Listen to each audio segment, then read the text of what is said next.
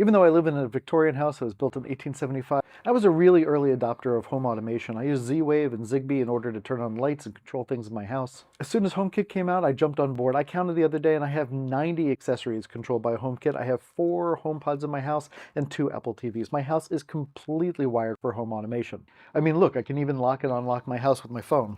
Crazy thing, what I don't have, or I didn't, was a good HomeKit doorbell.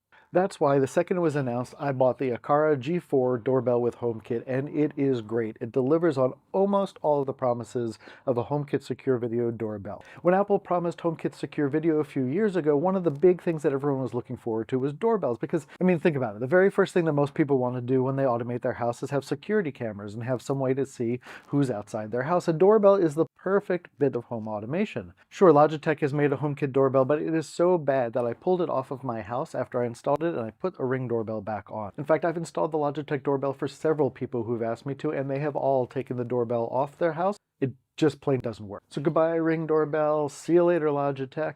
In this video, I'm going to talk to you about the Acara G4 doorbell, what it does right, what it does wrong, how easy it is to install, and whether or not you should get this doorbell. More than a year ago, Apple introduced HomeKit Secure Video, or HKSV. This is a feature that allows devices to stream and to upload to Apple's iCloud services where they're completely encrypted. One of the things that bothers people about things like doorbells and security cameras is that when they use a cloud service, you don't really know who's behind it. Ring, for example, is owned by Amazon, but like the Eufy doorbell is owned by a Chinese company, and there's been some problems with security. Some people have seen other people's videos appear on their feed. So far, there's only been one real choice in doorbells. For HomeKit, that's been the Logitech Circle doorbell, and it has been a disaster. The Acara G4 doorbell, though, really delivers on a lot of Apple's promises. It's not perfect, there's a couple things that I'll tell you about, but it is a fantastic doorbell. Like I mentioned, I live in a very old house, and even though I've got wired doorbells and a brand new transformer to power those doorbells, the wires are like spaghetti, they run all over the house. It's hard to track them and it was impossible to replace them. As a result, sometimes the voltage drops to my doorbell and it would take my doorbells offline. That's one of the things I really like about the Acara doorbell is that it has both the ability to be wired and to run on batteries. The downside to the batteries is that it makes this doorbell massive. This has the space for 6 AA batteries, and they say it'll give you 3 to 4 months of life. I would put rechargeables in there, even if you get a little bit less time with them. But really, the doorbell probably could have been a lot smaller if they had used a built-in lithium battery in it. I suspect, though, that Acara is trying to save money on this. If you ship something with lithium batteries, they have to be transported differently. By packing this with regular alkaline batteries, that's not a problem. Still, though, this doorbell is really big. The other reason they might have made this really big is to give you this massive camera. This camera has a full 162-degree field of view. That is almost a fisheye field of view, and it records in 1080. Also, the camera reminds me of something. I'm not quite sure what. Open the doors. Dave, this conversation can serve no purpose anymore. Goodbye. One of the cool things about the doorbell button is that when the doorbell has detected motion, the button glows red to let you know that you're being recorded. That's really great because in some places you can't record somebody without them knowing that they're being recorded, and that red doorbell makes it really obvious. Installation couldn't have been easier even with my wired doorbell, but if I was doing this wirelessly, this would have been a no-brainer install. All I had to do was take the wires off of my old doorbell and connect them to the new doorbell. If you're doing this wirelessly, all you have to do is put in 6 AA batteries. That's pretty much it.